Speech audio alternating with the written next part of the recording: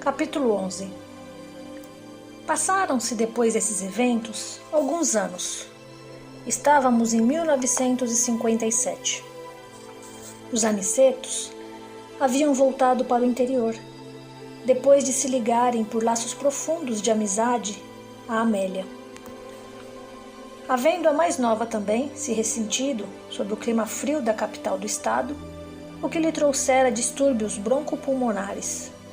Então desistiram de morar na cidade desumana, principalmente para os de parcos recursos financeiros. Poderá causar estranheza o fato de duas representantes de família tão rica permanecerem assim em precárias condições. Contudo, a desgraça abatera-se sobre os Anicetos a partir de uma ocorrência tristíssima que abalou não somente a família, quanto também a própria cidade. Amélia, já ausente da cidade interiorana, de nada soubera. As irmãs haviam lhe contado o acidente que vitimara 4 netos de seus pais, todos jovenzinhos, que haviam saído de barco na represa de uma das fazendas da família. Com o choque, 2 dos pais sacrificados pela provação haviam enlouquecido, e desde então a família toda se envolvera na busca de recursos necessários, inclusive levando-os à Europa à procura dos maiores nomes da psiquiatria, na esperança de encontrar a cura para os infelizes. Isto tudo, somado ao desgosto dos velhos que acabaram também desencarnando, produziu a derrocada final. Uma a uma, as fazendas foram sendo vendidas, e a ruína bateu-se, finalmente, sobre os remanescentes. Estava assim fim da dinastia dos Anicetos. Sensibilizada com o relato das amigas, Amélia não teve o que dizer, mas amorosamente abraçou as criaturas, como para atestar o seu pesar. Já em outras ocasiões, as irmãs lhe haviam deixado perceber os parcos rendimentos. Com as despesas para tratamento dos que sucumbiram nessas provações, aumentara também a dessintonia entre os familiares. Todos achavam absolutamente injusto que, para salvar 2 dementados, todos os outros tivessem que sofrer.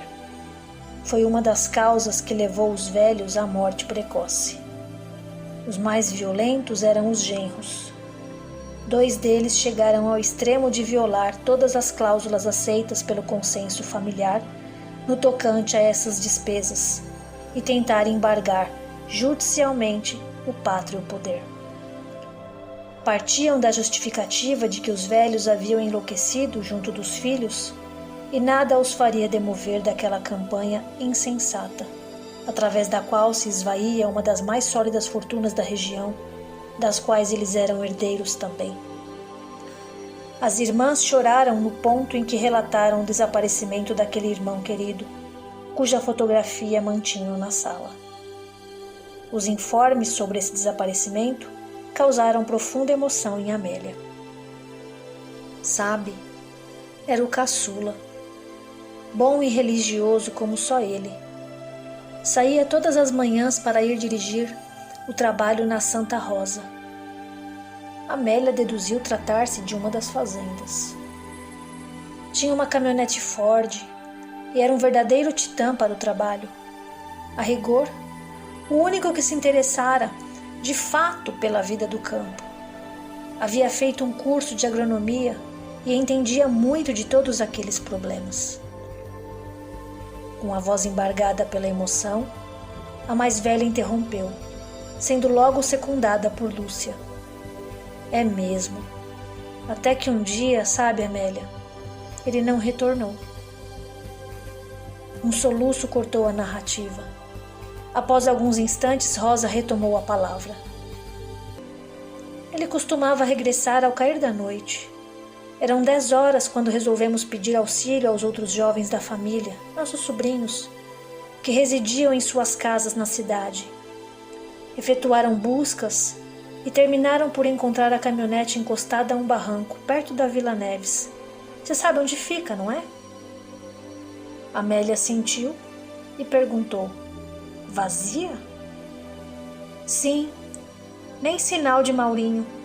Mobilizamos todos os recursos de polícia e de amigos. E então? Nada. A irmã confirmou. Nada até hoje. Santo Deus! Sussurrou Amélia, atônita diante daquela tragédia. E perguntou: seus pais já não eram vivos? Haviam falecido há pouco. Mentalmente, Amélia fez as contas. Havia muitos anos que saíra da cidade de Santo Antão.